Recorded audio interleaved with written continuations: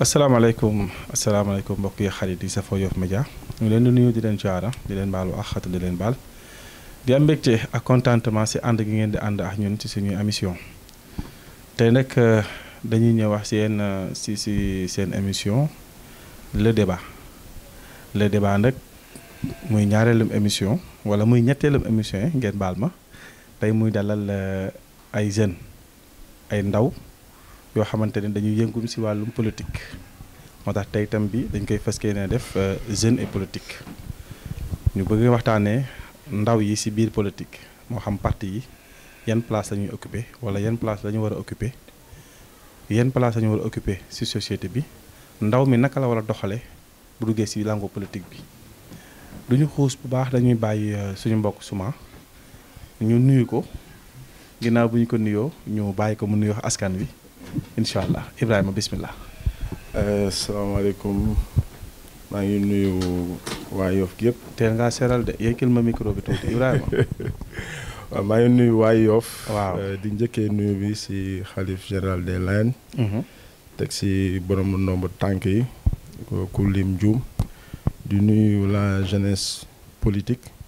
mooy jeunesse bi nga xamante ne bon chaque jour ñu leen di gis si terrain bi ñuy rayante.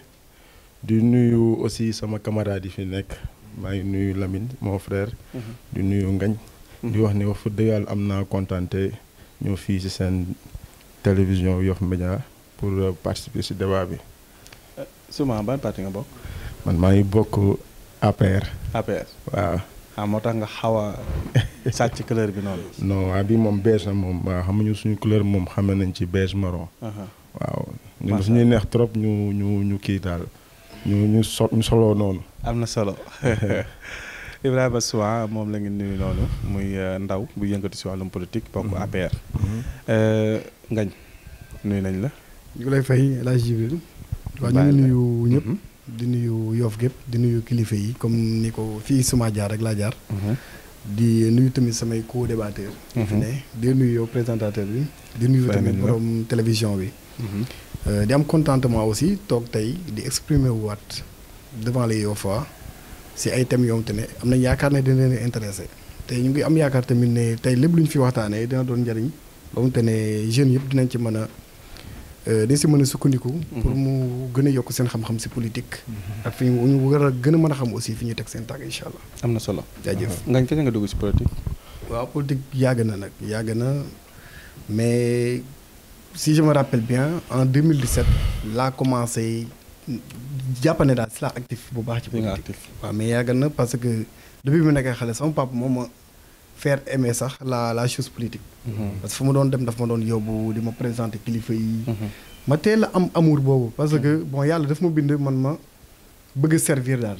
servir man dafa la si nampatal daal. merci beaucoup. nga bokk ci ban parti. waaw parti socialiste laa ne woon. mais actuellement ma ngi taxaw Sénégal. pour Khalifa. ak Khalifa Ababacar Sall. am na solo. mbokk yi xarit yi muy Ngagne Ndoye. xam ngeen ko yéen ñëpp dinañ ñëwaat ci moom léegi. Alaaji Lamine nuyu nañ la. bismillahi rahmaani rahim. alhamdulilahi rabbil alamin maa ngi ubboo ko ci turu borom bi. di ñaan yàlla may ma njub gu may yekkee ay kàddu yuy jariñ di ci jariñ sama askan. di ñaanal xalifatul muslimin Muhammadu Mokhtar ibnu Seydina Mandione yàlla yàggal ko fi. ñaan yàlla yërëmal ñu sunu maam yokkal nu ko ay leer ca wetu ay juróom ya mu nekk muy Serigne Ablaye. di ko jaal askanu Sénégal yëpp. di ko jaal le monde entier. di rafetlu tey jotaay bi nga xamante ne nii moom laa bokk ak samay naataangoo ñi nga xamante ne nii ñooy yëngundoo ci lépp li askan yu bokk muy politique. di ci jiital Birama di suñu mbokk di suñu xarit di suñu naataangoo. di ci teg Ngañ mi nga xamante ne nii je le nomme l'infatigable au service de la population yoffoise. di la gërëm Jibril yow mi nga xamante ne nii yaa war a modérer li ñu boole. di gërëm DG monsieur Diagne ci li mu ñu baaxee ci Yoff ngir ñu mën ci fësal suñuy kàddu di ci mën fësal suñuy yitte di si mën fësal suñuy bëgg-bëgg ci communication. yàlla na yàlla yokk ko. macha allah ndax lu ñu rafle woon am ko dañuy ñaan yàlla yokk ko. muy une chaîne digne d'être une chaîne de liberté. loolu la ñu yàgg jooy ci Yoff. bi Yoff Média Info ñëwee. defe naa lépp lu ñu doon jooy. ci qualité. ak ci transparence ak ci volonté de servir feeñ na fii.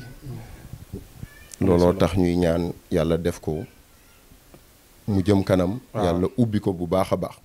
barka lay salaam ma yamandi foofu ba ci kanam. kuy raam di la bodde bu taxawee moom musiba am loolu nga wax am na solo. jërëjëf mais ban parti nga bokk Lamine. maa ngi milité. sur les partis du Sénégal muy PASTEF. PASTEF. mais Lamine yow bokkoo woon APR. ñu bëri dañu yaakaar ne dama bokkoon APR masuma bokk APR. ah ok mais mas naa bokk ci Benno Bokk Yaakaar. booba temps maa ngi milité PIT. ba may milité PIT ñu mandaté ma en 2009 ci bannière Benno Siggil Sénégal. ma représenté fa le parti. bokk ak liste notre frère monsieur Abdoulaye Diouf Sarr ministre de la santé. et maire de la dite commune de Yoff. mu nekkoon suñu tête de liste ci bannière Benno Siggil Sénégal. Papa Ndiaga Samb yàlla na ko yàlla yërëm mu nekk à la tête de la liste majoritaire ma nekkoon un investi à la 32e position. c'était en 2009. 2009. boobu Ablaye mu ngi milité ci AFP Alliance pour la Force. mais Lamine ban année nga dugg ci politique. jibi dama ràññee rek nekk politicien di nga sama waajur wu góor. mook suñu papa Mamadou Diop ak suñu maam Séni Thiaw. dañ ñu xàmmee rek gis leen ñuy jàppale suñu papa Mamadou Diop ndax ku xam Doudou Cissé xam maam Séni Thiaw xam suñu papa Babacar Mbengue. ak sama papa Issa Diop yàlla na yàlla yërëm ko yàlla na yàlla yàggal ñi fi des. nga xam ne je suis né dans une famille politique et que dama doon séminer ndox samay moroom ak ñu ma mag ci développement Yoff. c'est intéressant ah depuis 2009 mu bokk ci liste électorale nga waxoon na. liste électorale Benno Siggil Sénégal boobu fekk na ma bokk ak front Seydina Issa Samb ñu nekk ci jeunesse. Benno Siggil Sénégal front Siggil Sénégal la njëkk a tàmbali en 2000. Lamine kon bu ma la laajee lan moo war a nekk la place des jeunes dans les partis lan nga may tontu. xam nga Djibril loolu dañ siy sawar a tontu. xam nga place su jeune. ci parti dafa war a nekk place su lieutenant ci armée. ñëwal. mooy. nekk koo xamante ne nii dañ koy jox ay ordre mu xool la gën ci ña muy exécuter ordre bi ci ñoom.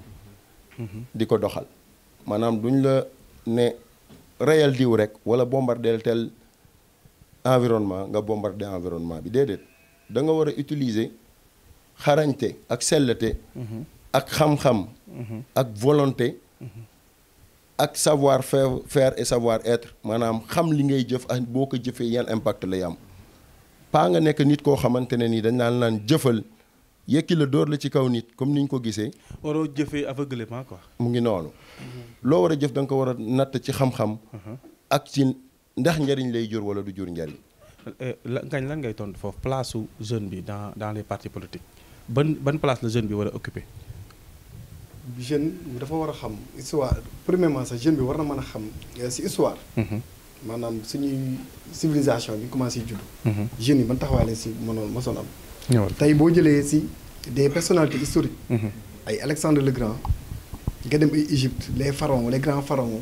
ay Toutmose et tout mais ñooñu ñëpp ay jeunes lañu woon te pourtant dañ marqué de temps changé jamono moo dox ba ñun yenn mag ñi def suñu bopp ne. jeune da nga war a toog jëlal ma micro bi. voilà waaw ay jeune da nga war a toog rek. ñu di la wax ngay def mooy comme li. Lamine wax Lamine signalé. waaw maanaam jeune waroon nekk un bras armé. ok du yow yaay le bras armé du parti. non mais da nga war a ñëw indi sa xalaat indi sa engagement. yow yaa gën a sawar yow yaa gën a am jot peut-être parfois. mais ngay dox di dundal yow li nga gëm. maanaam boo amee un idéal. nga ne tel parti moo koy incarné nga ànd ak. idéal boobu noonu di dox jël sa doole jël sa ñax jël sa lépp pour yow idéal bi nga gëm mu mën a réaliser wu jeune loolu moo war a doon taxawaayam jeune warul doon comme te ne day toog di seetaan di suivre ñu di ko joxe ordre mu exécuter.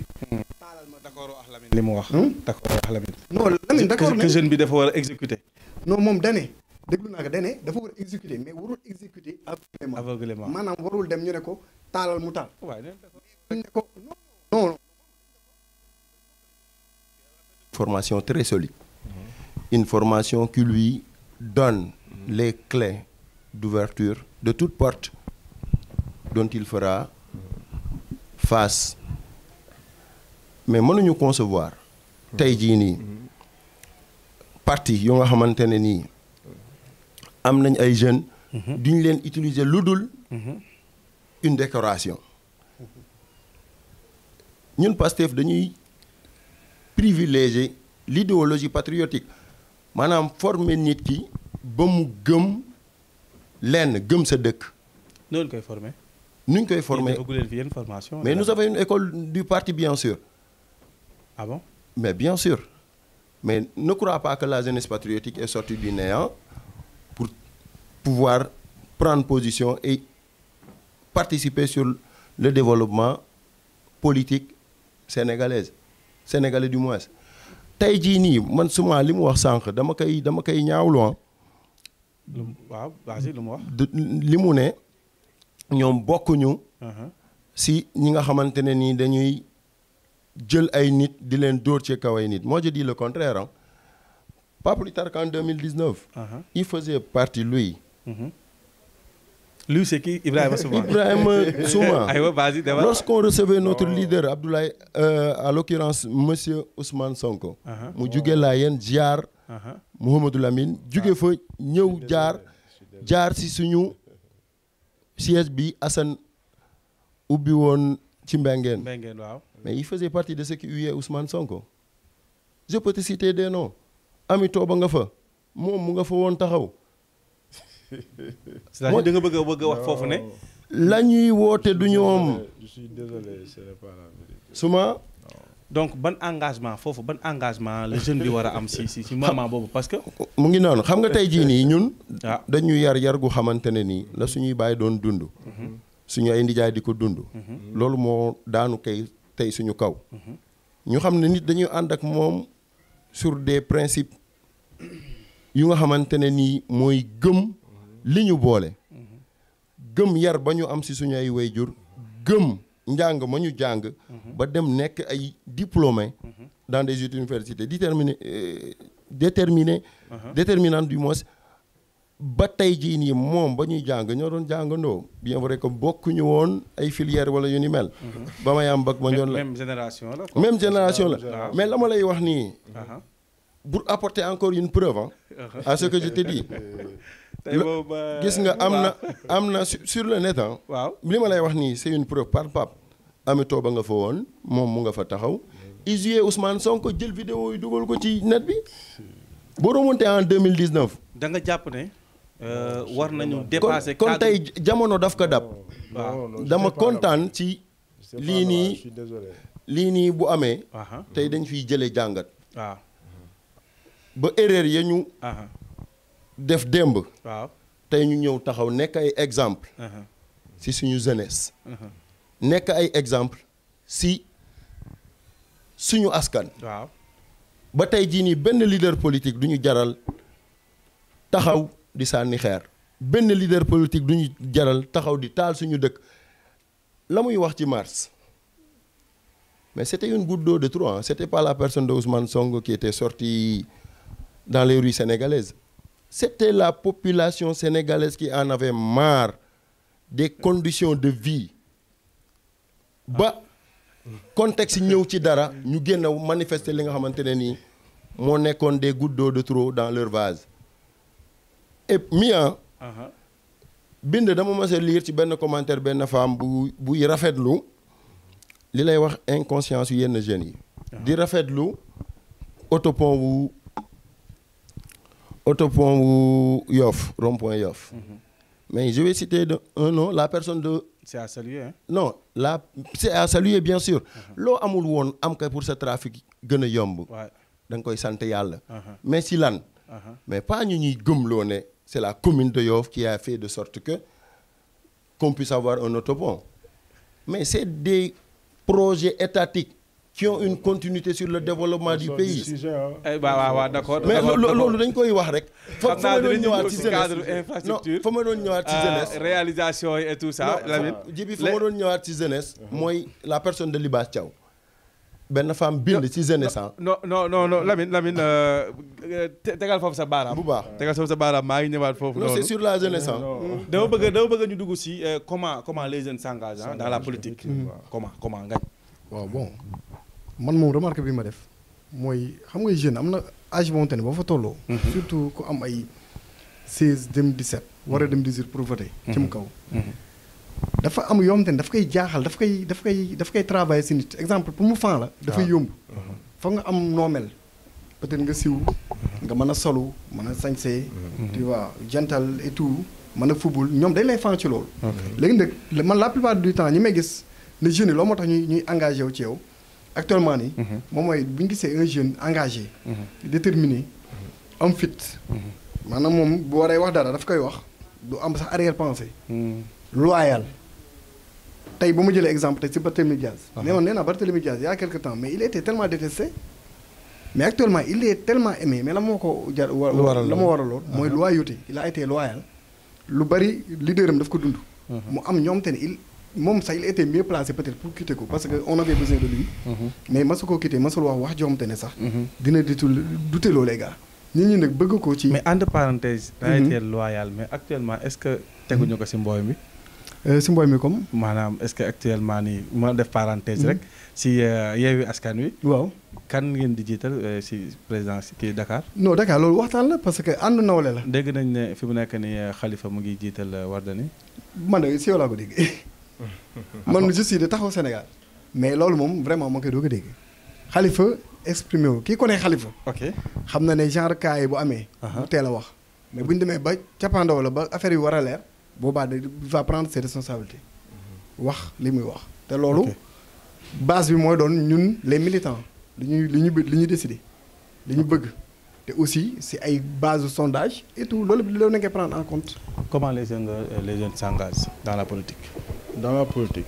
Et comment les jeunes s'engagent. Oui. mooy ça revient à la première question rek. oui jox nañ ci place bi. waaw wax nañ parce que bi mu war a occuper. il faut wax nañ ci place bi. bi mu war a occuper taxawaay bi. voilà may dégg on a parlé aussi de responsabilisation. oui waaw expliqué naa la que ñun fii suñu parti. fa dëgg yàlla ñu ngi former les jeunes. mais dafa am benn brèche boo xamante ne foog ma leeral ko parce que mon ami aussi m'a accusé d'une situation boo xamante ne man mën naa ne je suis ni l'auteur et bu fekkee ni man je ne nie pas que j'étais présent aux alentours.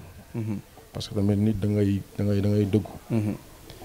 yàlla dafa dogal man balaa may ñëw ci langue politique balaa may jógee sama kër di politique wala may jógee sama bërëb liggéeykaay di ñëw politique day fekk ma pare ci li may pare soog a ñëw politique. musu may jël sama liggéey di ko caaxaane ak politique damaa dam liggéey ba wàcc su ma wàccee ma ñëw politique yàlla dafa defoon dama liggéey wàcc bi ma ñëwee laajte ma ne andi sama gars yi ñoo ma gars yi sont sur le terrain may jéem a wër fañ ne yaa may dégg mais fa ma nekk ñu ne ma ñu ngi côté Pencum Yoff ma bi may diriger ci Pencum Yoff laa fekk incident boobu noonu mais su ma taxaw seetaan. ma taxaw seetaan man gaa gis naa. mais Lamine gis na mbooloo nga bi non je n'ai jamais hué.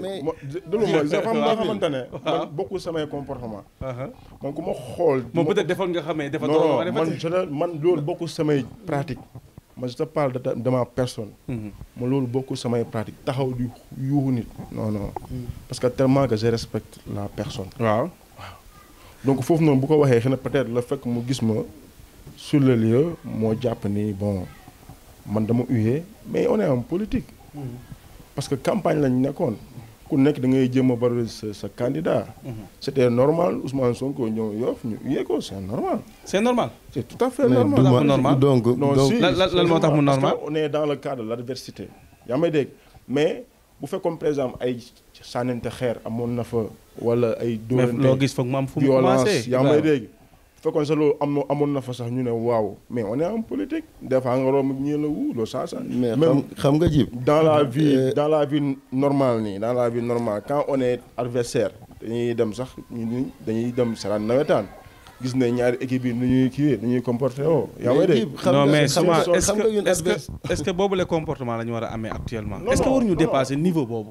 non UE du lu ñaaw xam nga moo. dafay jiitu si UE mais dafay am lu si topp. non lu si topp mais dañuy sant yàlla ba dara am lu si topp parce que ñun Yoff dara mosul ñaaw man de boo fa dëgg élection yi ma fekkee yëpp du local jusqu'au présidentiel mosul ñaaw.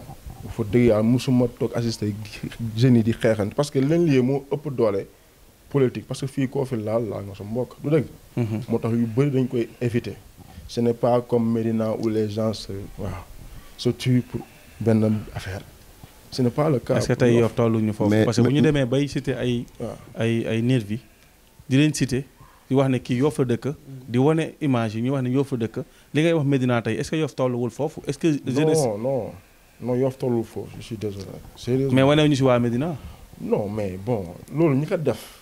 parce que man. ay waa Yoff lañ de. non da nga koy tuutal.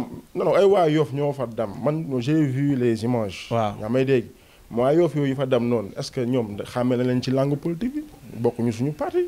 mais Djib ñi fa dem. mais moo tax ñu tuddee leen nervi dañ leen recruter pour benn affaire. bokkuñu suñu parti mais waaw Lamine. mais xam nga man li may jaaxal foofu tey vraiment c'est très désolant de vouloir apporter des solutions sur le comportement des jeunes au sein de la politique que muy tudd adversité di tëkkale nawetaan ak politique di wax ne yoon la nit di taxaw nit ànd ak leaderam di dem di dox soxlam tey jii nii ngañ mii nii du ànd ak Seydina di uyee Abdoulaye Diouf Sarr pour rien au monde wala bu koy def du ko defee comme ñoom nañ koy defee mais loolu dafa ñaaw xam nga sànq xam nga sànq dafa wax ne déedéet loolu amul xam nga Djib dafa wax sànq ne loolu amul mu duggaat ci biir waxam ne ci politique la bokk maa nga fa woon dama jóge fa la ñëw mais dama ne bu ñu waree jox suñu ay rak ay exemple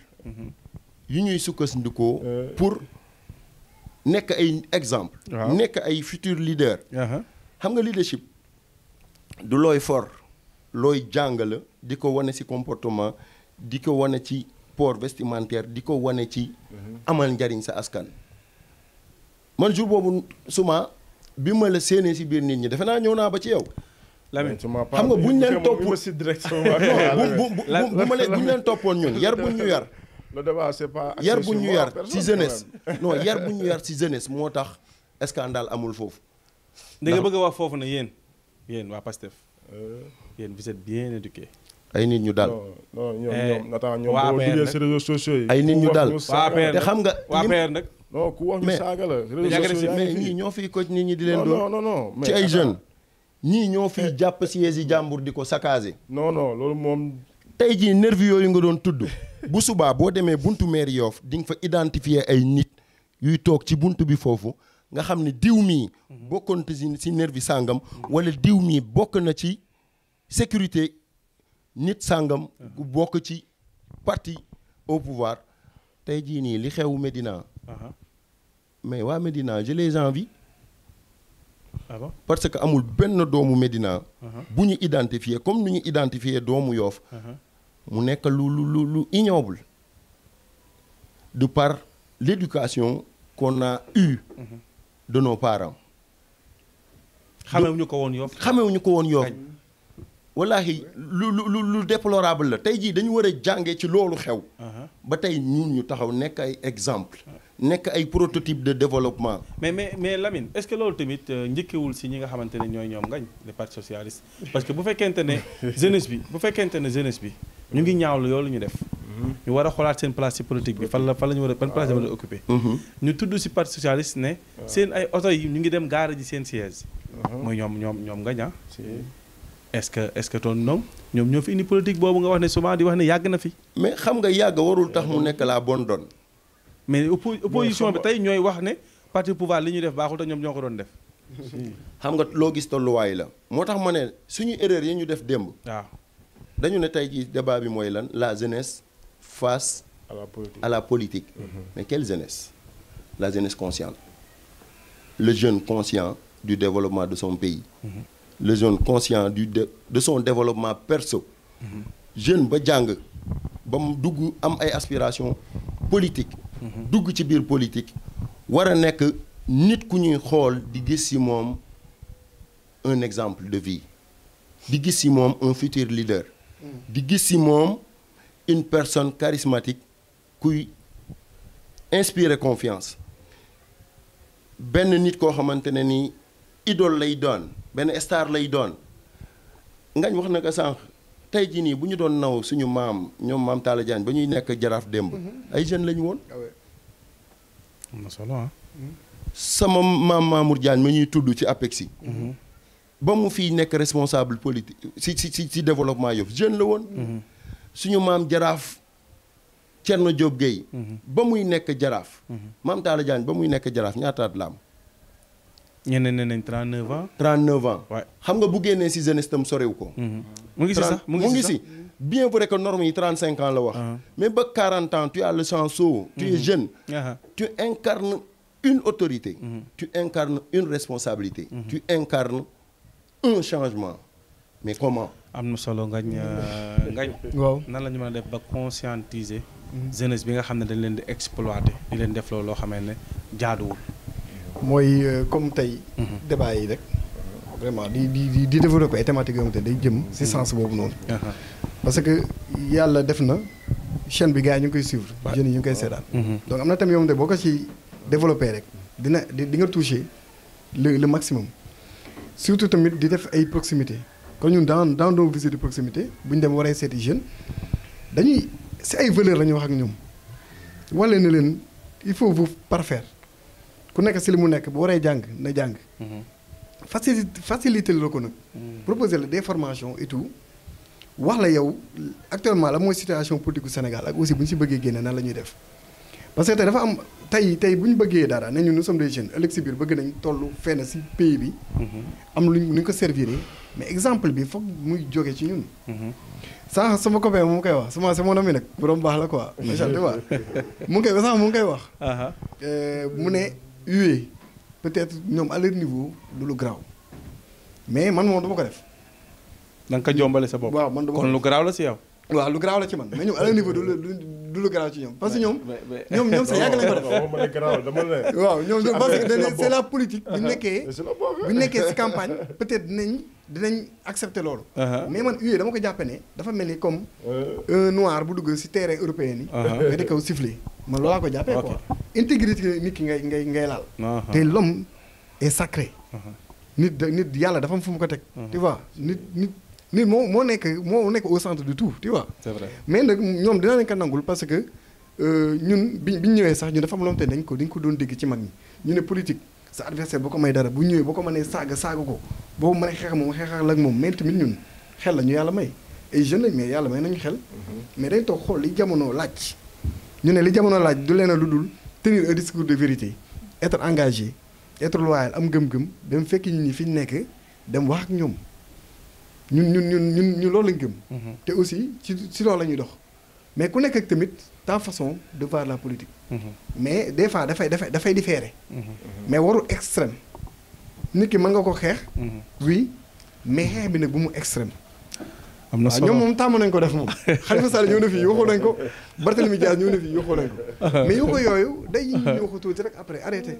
am na solo bu fekkente ne Ibrahima bu fekkente ne dañuy toog ci plateau yi di wax luy conscientiser jeunesse bi tey ngeen wax na ba wax formation cadre de vie et cetera defe naa ne yéen a gën a jekk si ubbi ay école de formation.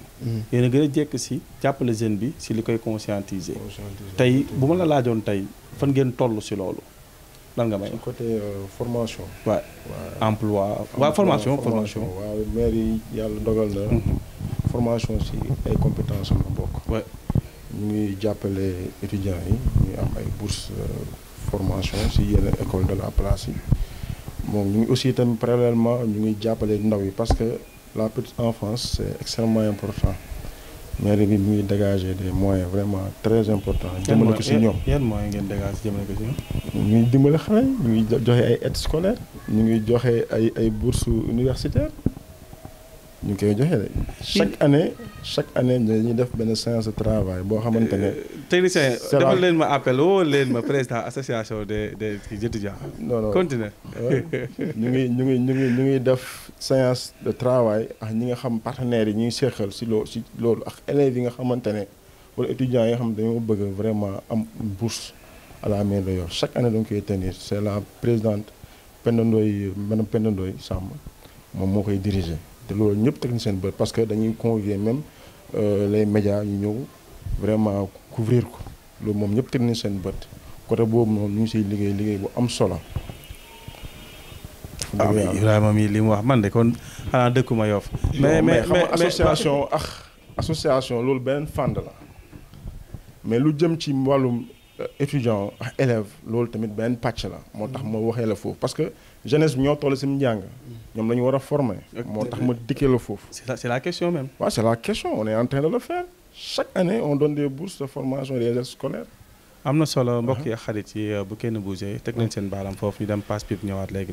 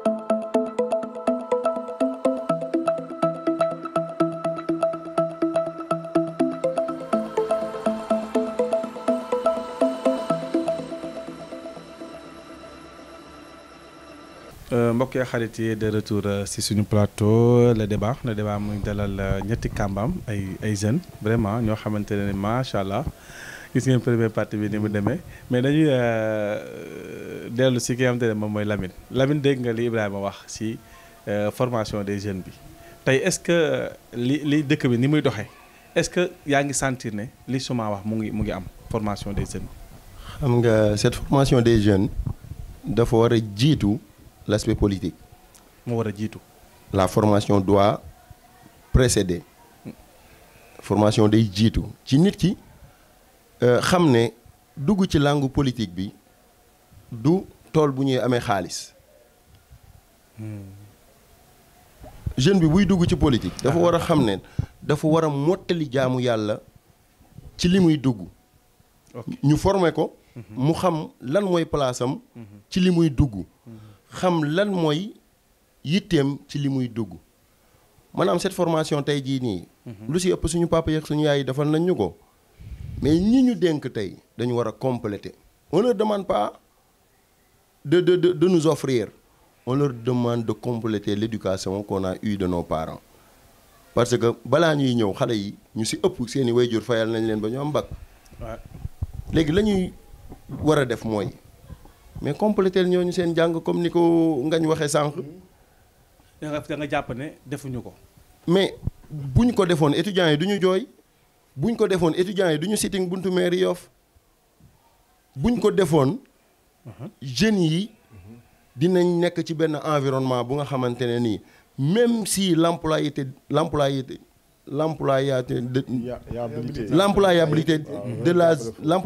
de la jeunesse. nekk fi les jeunes vont proposer des projets. Si l'environnement était bien préparé. dañuy accompagner. da nga jàpp ne dafa yéex wala daf fi amul. parce que yàggul dara président Macky. dañ ko joxul ñekk a mérité. c'est-à-dire. tey jii boo bokkul seen langue. waaw ANPEJ ak PAPEJ ga ngay dégg. mais da ngay sonn rek. boo fa déposé si biir 3 li lay nelaw. kon donc ba ci yeneen ak yeneen ak yeneen. càllale gi moo des. yamale gi des. tey jii nii adversité lañ lay xoolee. de sorte que tey boo ñëwee dugal dara. pour lu amal ñëpp njëriñ dañ naan kii booy Lamine Cissé la de moo doon communiste boobu noonu moo doon ànd ak étudiants yi def sitting nangam. Ne regarde pas la personne de Lamine Cissé. Regarde le projet dont il a proposé. Si est-ce que lii day jariñ askan wi wala jariñul askan wi. am na solo. defe naa loolu la ñoom ngañ di def loolu la ñeneen ak ñeneen di def néew ma defuñu ko mais nañ koy defee askan wi xaarewuñu leen foofu. askan wi fa leen ñu leen xaare mooy ñu yamale ñëpp. préparer l'environnement ba benn jeune bu am. mais loolu yaakaar nga ne mën na nekk. mais mën na nekk. xam nga le comment. waaw préparer le terrain l'environnement. ba jeune bi bu ñëwee am un projet tey ma créer une micro-entreprise. di yëngu ci jaay aliment de bétail. Je suis jeune. J'ai été formé en transport logistique ak yooyu noonu yëpp wala en commerce international ak yooyu noonu yëpp. tey jii bu ma amee une idée de projet. mairie bi daf ko war a jël donte employé. l'employabilité boo bokkee si ñoom ak boo bokkul si ñoom donte l'employabilité de la jeunesse. n'est pas le domaine des collectivités locales. am na solo ma ñëwaat si yow léegi nii ngañ. formation des jeunes est-ce que lan nga ko gisee jàpp nga ne am na amul.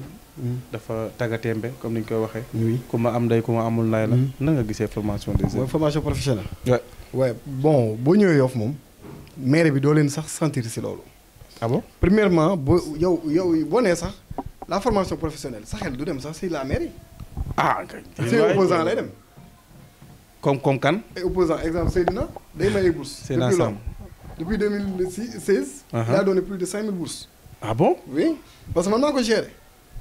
man je sais de quoi je parle. les bourses de la ville de Dakar. non pas de la ville de Dakar. Si. non parce que dañ créé une structure. utal ko ay papiers nekk en rapport direct avec les écoles. mooy boobu moom. non pas ville de Dakar li muy dugal Yoff par rapport ak ñun li ñuy joxe mais bëriwul. mais ñun li ñuy joxe par rapport ça va même pas même au-delà de Yoff. foo ma dagg quoi parce que bon. gars yi aussi il faut que ñu waxtaan dëgg. parce que ça va être tantôt sànq muy wax la jeunesse politique. parce que bu ñu nee jeunesse et politique. on parle pas simplement de la jeunesse bi nga xam mooy yëngatu ci biir parti. am na d'autres types de jeunes yoo xamante ne nekkuñu ci parti yi mais ils sont intéressés par le débat public. yaa may dégg te ñooñu aussi commune bi dafa am lu mu warloo wax ñoom. te lu mu warloo wax ñoom chaque année mooy li may wax ñu ngi koy def. ñu ngi may ay bourses.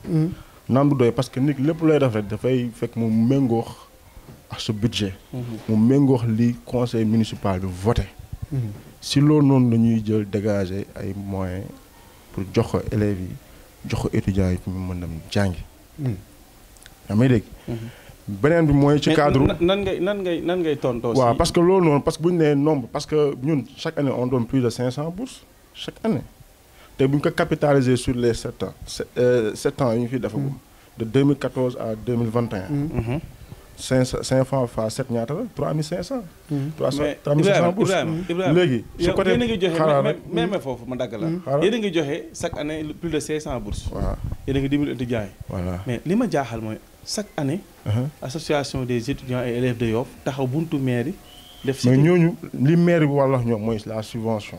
subvention. waaw mooy ay association fi nekk yëpp moo xam association élèves la moo xam association sportive et culturelle la mairie subvention moo leen lié. waaw mais am na loo xam ne peut-être apport personnel lay doon yaa ma dégg. le maire de façon volontaire peut s'engager à les soutenir. loolu mën na ne te mu ngi koy def man assisté naa benn budul ñaar boo xamante ne maire bi del na loxam def ko ci association des élèves étudiants de Yoff. waaw par le biais de monsieur Moussa Sène. ñu ngi koy def ñu ngi dimbale bu baax mais bon ñoom xaw ma nag ban dimbale lañ bëgg ñu dimbale parce que le maire les avait tantôt demandé. bi mu warloo ñoom mu ngi koy def voilà mu warloo mu ngi koy def maire bi dafa waxoon pour ma mën leen jàppale il faut ngeen présenter ma une base de données. base de données boo xamante ne sur laquelle ma dinaa si mën a sukkandiku pour jàppale leen. base de données c'est-à-dire. maanaam fépp foo xamante ne parce que ñoom dañ ne seen am na ay. camarades yoo xam ne dëkk nañ ñuy jàngee fële si bërëb yi yeneen bërëb yi ay université ay voilà ñoo ñoom pour ñu mën leen dimbali il faut que maire bi xam voilà ku nekk fi mu nekk la mooy préoccupation am la mooy seen contrainte te pourtant mu ngi tout récemment rek avant juste après les élections présidentielles maire bi déplacé na dem ba Thiès mais fa étudiants yi 2 millions dem Ziguinchor may fa étudiants yi aussi 2 millions ce sont des Yoff waaye mu ngi dimbali loolu étudiants yi loolu moom tout le monde est témoin. loolu waaw léegi solo bon am na foo ma dem parce que da nga may tàggaay ma da nga may wax doo daga dagg taamu jàmbur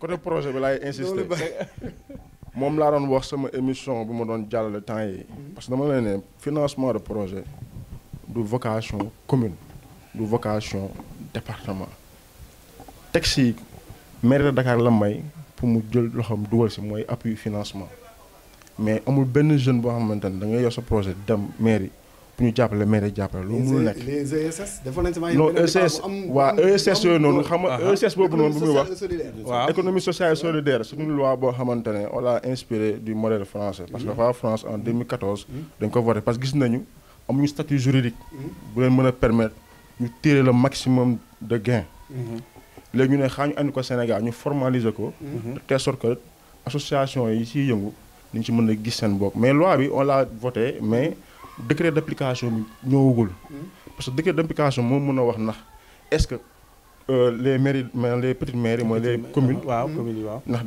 dañ koy boole seen plan de développement wala mairie de Dakar wala les maires de département ñoo koy boole seen plan de développement foofu loolu moo des décret d'application bi rek bu décret d'application bi tegee ci table bi là les maires vont procéder.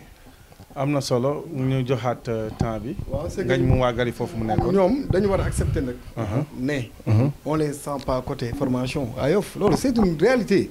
non maire bi sant ñu ne. malgré li Ibrahima wax yëpp. non incubateur du créé na nga fi. mais kan lañ fa incubateur mais incubateur bi li ko tere di ko taxawal ñëpp xam nañ ko. waaw mais dafa am. lan moo ko taxawal.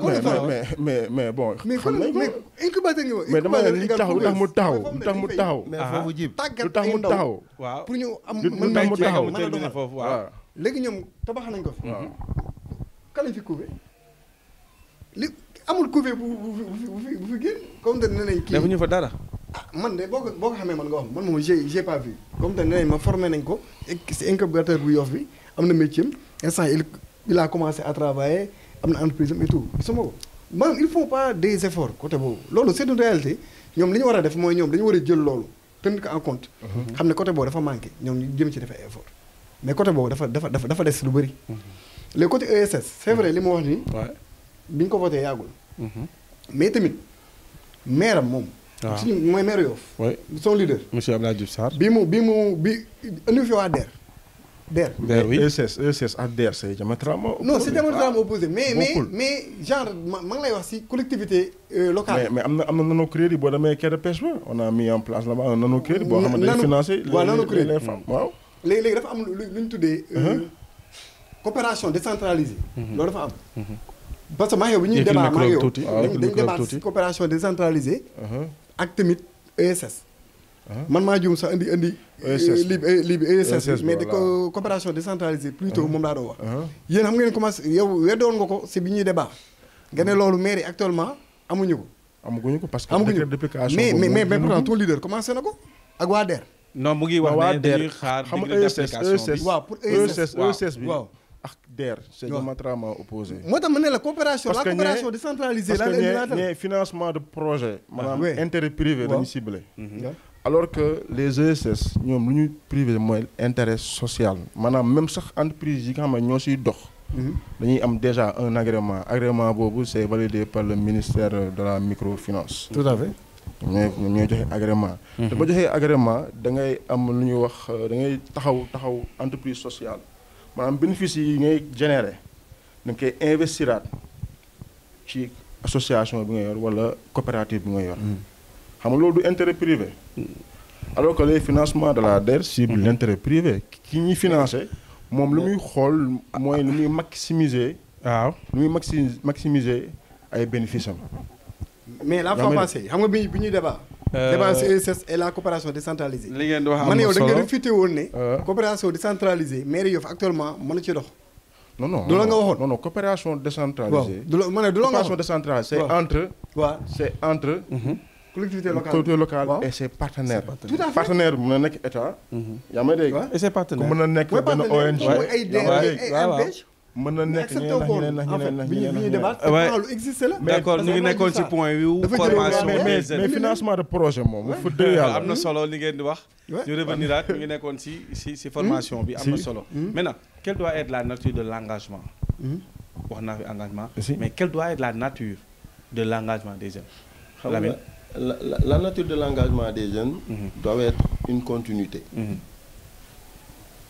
c'est-à-dire les acquis qu'on a qu'on essaie de les valoriser la formation qu'on a qu'on essaye de l'appliquer cette nature doit être une nature humaine comment xam la may jëf lu tax ma war ko jëf xam li ma engagé wu lan la xam nga xam dafa war a jiitu lépp maanaam mooy la scientifique ba doon wax science sans conscience n'est que ruine de l'âme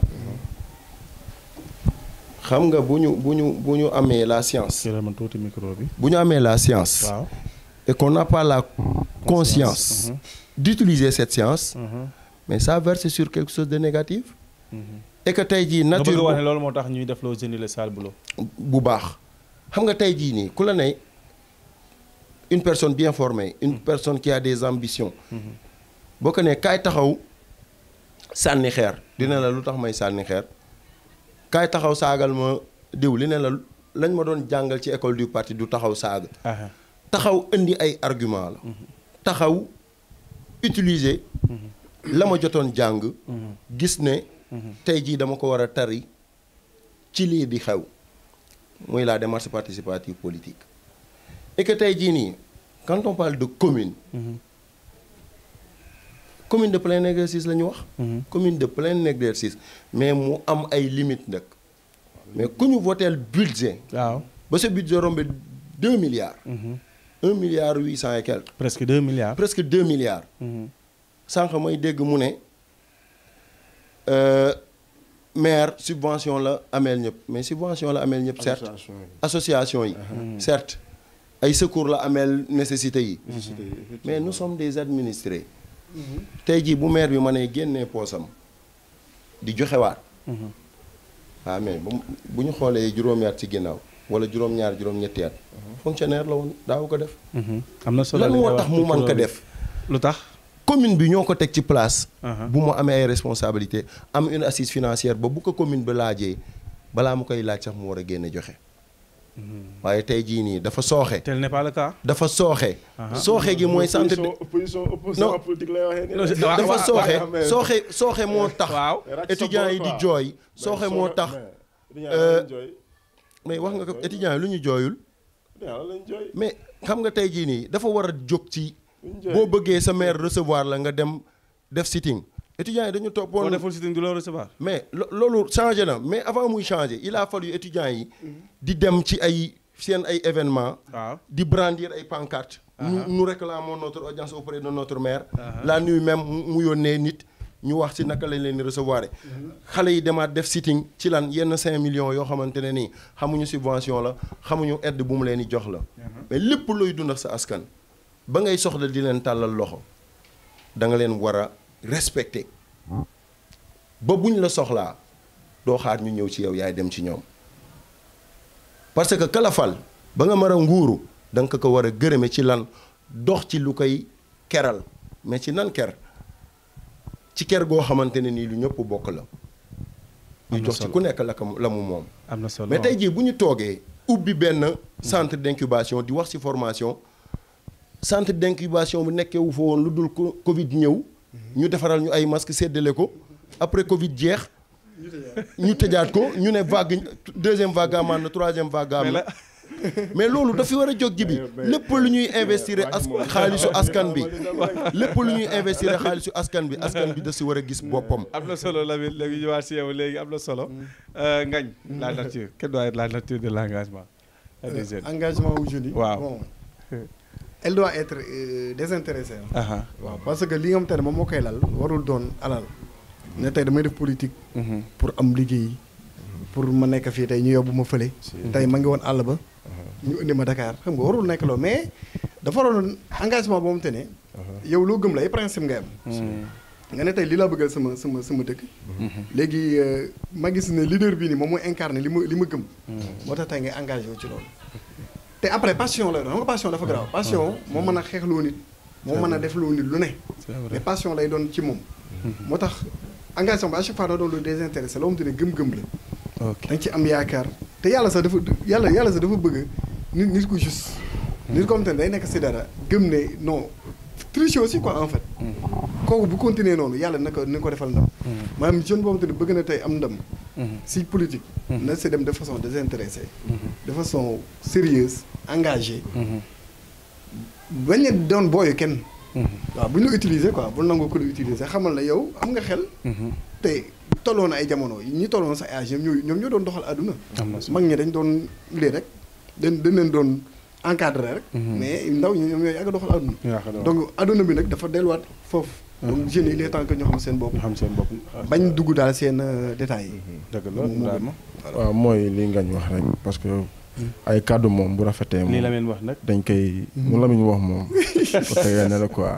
sa copain Lamine. non sama copain Lamine moom des fois day tergiversé quoi day dugg si yoo xamante ne bon. yooyu yeneen débat la quoi non yooyu yeneen débat la.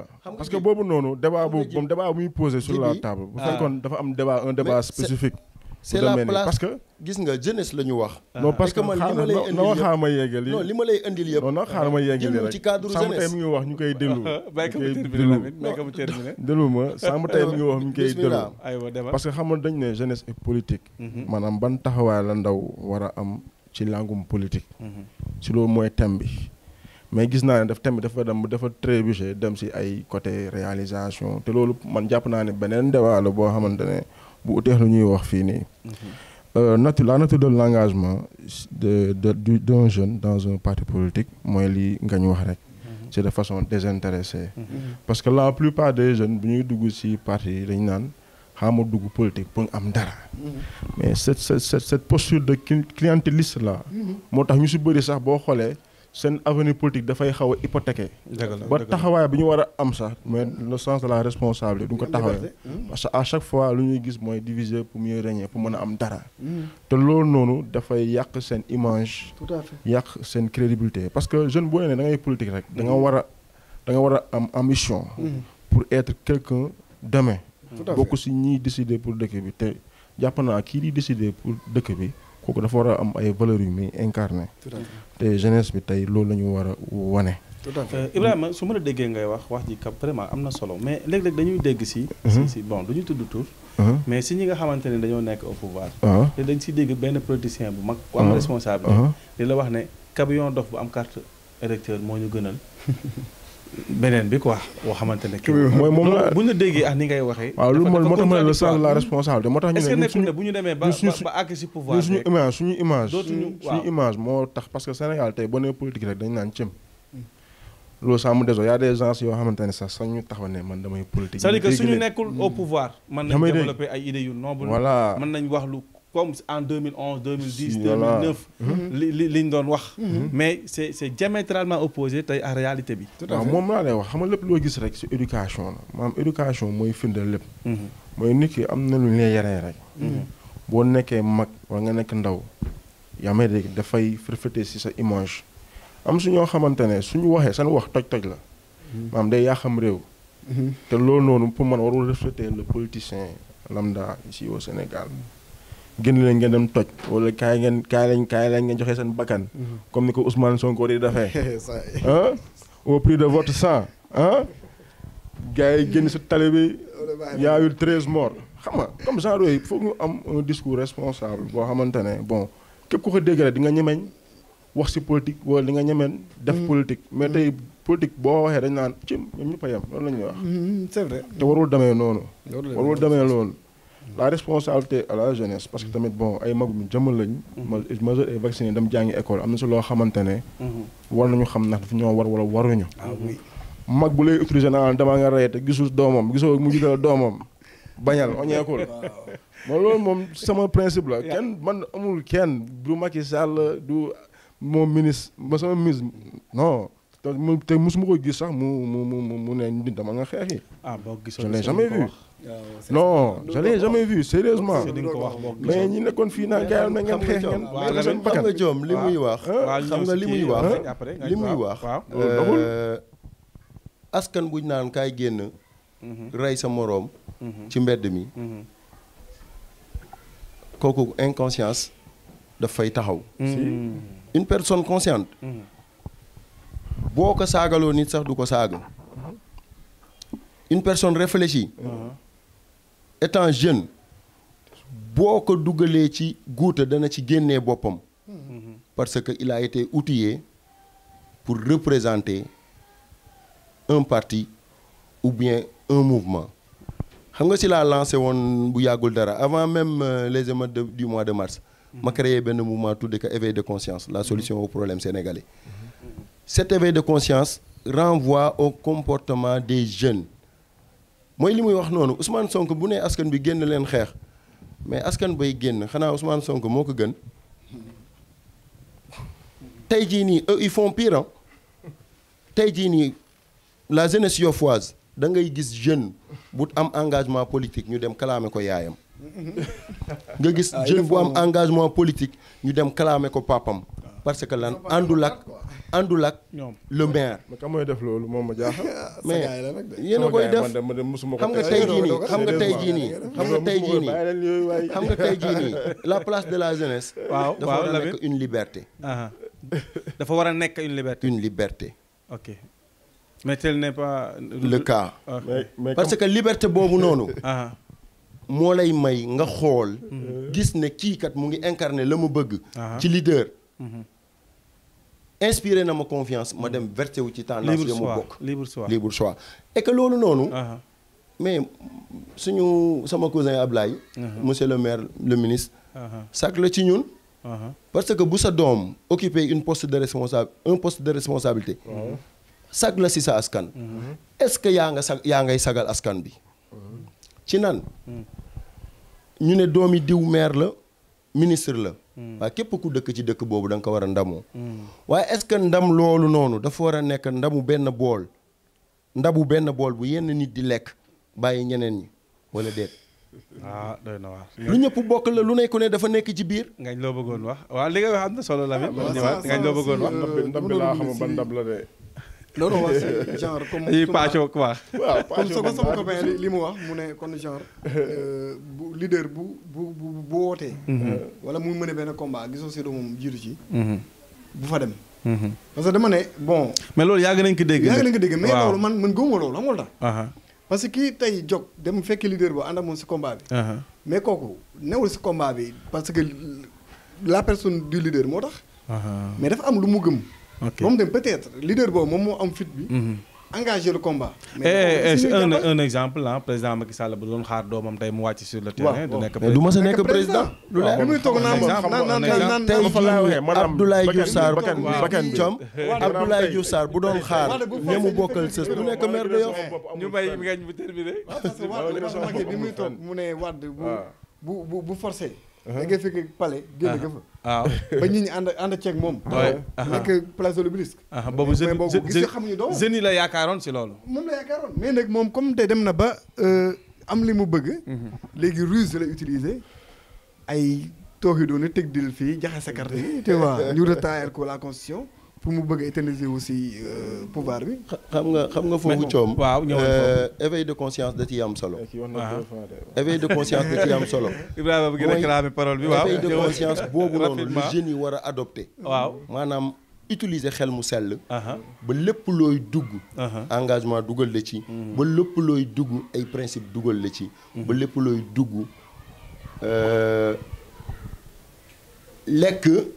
bañ la ci dugal ndax ñu bëri. lekk c'est-à-dire. xam nga ñu bëri dañu yaakaar ne politique. waaw c'est un moyen de se faire de l'argent. non tel n'est pas le cas.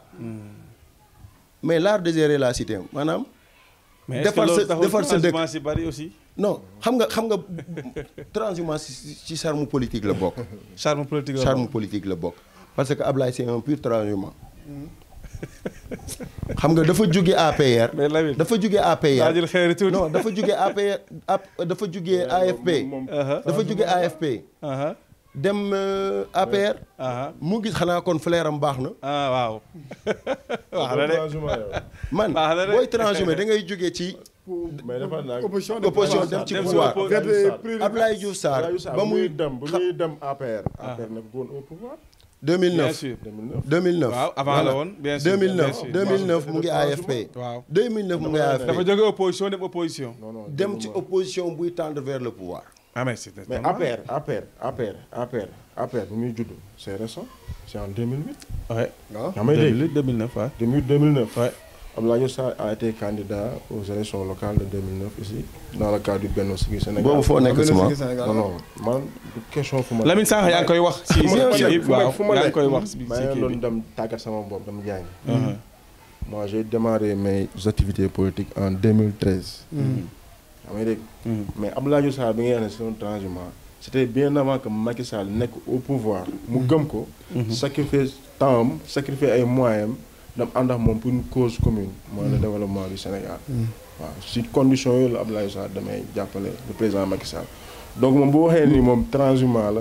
aussi man damay xaw a jaaxal. mais c'est quoi la transhumance donc. bon transhumance gars yi ñu ñëwaat si suñu débat. c'était vraiment benn parenthèse. voilà c'était une parenthèse. mais tey est-ce que tey suma. waaw est-ce que tey. jeunesse bi. waaw fi leen war a fekk. si ñu nga fa. fi leen war a fekk ñu nga fa. si comme maanaam. ci taxawaay. gis nañ ne alternance bu amee. jeunesse bi la même en 2012. jeunesse bi la seen cër quoi. voilà. waaw cër bi moom daanaka mën naa ne des na. jël micro bi tuuti waaw cër bi des na. parce que boo demee si parti politique yëpp ñu ngi koy joytu parce que da ngay gis yenn jeunes yoo xamante ne dañuy am ay compétences. mais pour ñu promouvoir leen seen ay niveau de responsabilité. c'est tout à fait. une xeebeel la. non xam nga Sénégal ñoo tàmm ay xale la na xaar. alors que les jeunes d'aujourd'hui sont compétents, ils sont formés dans de très bonnes écoles. Et ils sont aptes à être, comment dire, à mais gérer des est-ce qu'à mon responsabilités. déception le fait que président Macky Sall ñëw. mu waroon profiter aussi jeunesse bi. mu jël ñoo xamante ne depuis Senghor ñu ngi fi ak ñoo xamante ne ñoo Abdou Diouf ñoo àndoon ñu ngi fi. jox leen ay postes yoo xamante ne ay jeunes mën nañu ko liggéey. mais loolu peut-être c'est une question de choix stratégique. amoo déception ci loolu en tant que apériste. non man xam nga le choix du président la dama ko décrier. non yow moom sa avis la sama avis la man dama ko décrier. mais j'ai vu des jeunes yoo xamante ne ils sont promis à des niveaux de responsabilité. kon mën naa si citer le cas de Thérèse Faye.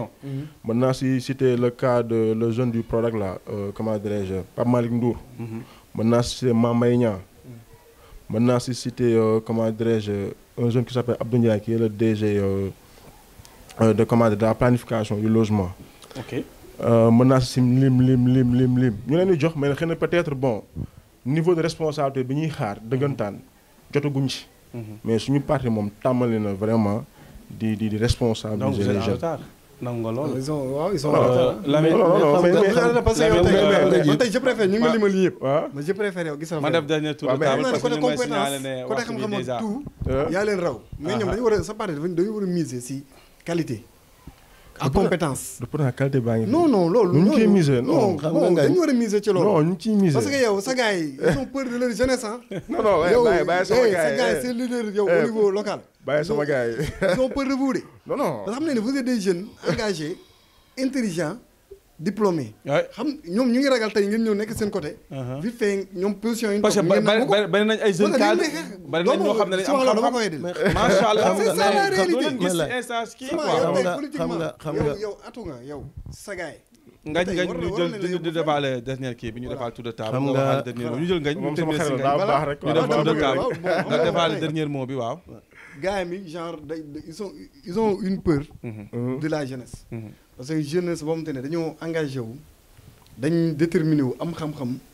comme moom exemple chaque instant c'est pas la première fois moo ko. donc ñoom tey dañu leen war a valoriser mais waruñu avoir peur de xalaat ne buñ ils préfèrent jël ñoom te ay cancre lañ. xamuñu dara.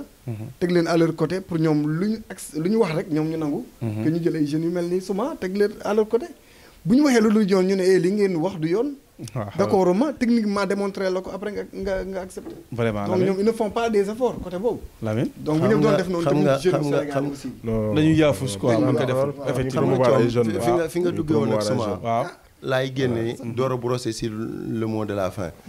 mooy li nga ko laaj ndax président Macky Sall la mu fi teg.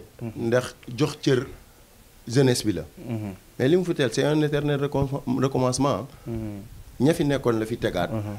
entre temps jeunes yi mel ni Souma jeunes yi mel ni Ngagne jeunes yi mel ni man. nekk au sein des partis. des jeunes diplômés des jeunes très compétents. war a aspirer nekk ay responsable la ñuy freiner seen avenir. la ñuy freiner seen ay ambition foofu laa laaj question bi. la ñuy freiner seen ay ambition pour gëmloo leen ne man maa fi nekk ragal qu'il y ait une relève. Et que loolu c'est inévitable. Parce que la jeunesse d'aujourd'hui n'attend plus à ce qu'on décide à sa place. ok jeunesse su léegi bii nii xam nañ jàng nañ miin nañ le terrain. am na solo mot de la fin. di gërëm encore une fois Ibrahima di ko wax ne ko bu mu jàppee ne la ñuy wax ay xeer la. du ay xeer ay xeer yu war a toj lu bon la ñu dundoon démb la. pour que tey ñu jàng ci la ñu dund démb. la ci nekk lu négatif. ñu changer ko tey. wane l'exemple. patent comme quoi que nous sommes les moteurs du changement. parce que tey bu Yoff développé. Souma da ciy ndamu. Ngagne da ciy namu. Djibril Thiam da ciy namu. man Mamadou Lamine dama ciy namu. ndax commune de lan la ñuy wax commune de Yoff. effectivement ñi fa dëkk. ñu tënk. ña fa dëkk ñoo koy ndamoo. yàlla yàlla defal nu jàmm. amiin yàlla yokk chaîne bi. amiin macha allah di gërëm waa Yoff Média Info. am na solo di gërëm Ibrahima di gërëm Ngagne. am na di la solo gërëm yow Djibril Thiam it. jaajëf. di nekk modération bu rafet ba nga modérer le débat. am na solo. di wax ne encore une fois. que la jeunesse soit consciente. que cet éveil de conscience nous tire vers le changement de comportement. amiin Ibrahima mot de la fin. le mot de la fin bon xanaa di remercier le directeur général. Ousseynou Diagne. di remercier sama xarit yi fi toog. parce que mën naa ne duñu ay naataangoo politiciens dëggal ay naataangoo politique lañ. mais samay ay xarit lañu quoi. yàlla teg moo tax may wax. dëgg la. di rafetlu aussi le thème. parce que thème bi dafa nekk un thème d'actualité. boo xamante ne dafa concerner toute une jeunesse. parce que ndaw yi seen nekkin ci biir parti politique yi dafa laaj diagnostic moom ça c'est une vérité. mais aussi position bi ñuy occuper ci seen carrière. dans le parti aussi dafa am solo. moo tax dañ naan ndaw mooy defar dëkk donc ndaw bi defar dëkk nañ ko teel a dénk ay responsabilités. mooy li Ngagne wax rek. man peut-être dafa ma xaw a ma bëgg rek ndax ma doon xaritam man lay jëm a plaider mais. am na solo. dans notre parti. instance bi nag am na ay jeunes yoo xamante ne. déjà promis quoi. remercier nga ba pare. di débat bi dina continuer. voilà parce que débat bi mënu yem fii. waaw bon après dañ koy continuer. noonu lay demee saa su nekk. incha allah incha allah xam nga bon ñu gën ko kii daal. incha allah di nga jaaraat Ngagne mot de la fin bi. waaw merci di la remercier yow. vraiment modérateur yi présentateur bi. di remercier tamit sama gars yi. sama grand lañ samay xarit lañ. tu vois parce que politique ku nekk am nga droit défendre sa côté. mais tamit lépp dañ koy ay humains lañ avant tout. donc humanisme dafa war a prévaloir ci lépp lu ñu mën a def daal. donc thème bi di si ko gën a kontaan. xam nga jeunes yi nañ gën a xam seen bopp. xam ne ñoom la ñoom ñooy le présent actuellement ñooy tamit le futur. xeex tamit pour liñ gëm. mu avancé waaw comme ça li ma wax sama copain rek. waaw moom na gëm boppam au niveau de son parti. waaw xam ne il a beaucoup à apporter à Yoff. donc warul toog nekk victime ay ambitieux. tu vois wala nga invité que Sebas rek. non day ñëw xam nga ñoom jeexal nañu ñoom jeexal nañu. comme il est compétent vraiment. instant yi nii jeexal nañu. fekk moom jeexalul. non moom day doog a tàmbali. le président Macky Sall jeexal na. kon moom day ñëw versé wu sur la bonne donne rek.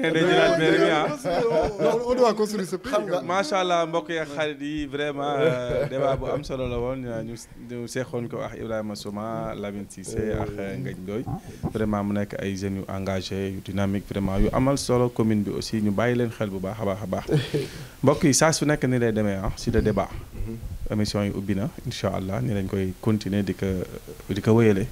di leen jox dig jege ci beneen émission ci yeneen invité asalaamaaleykum wa rahmatulahi taala wa barakaatu.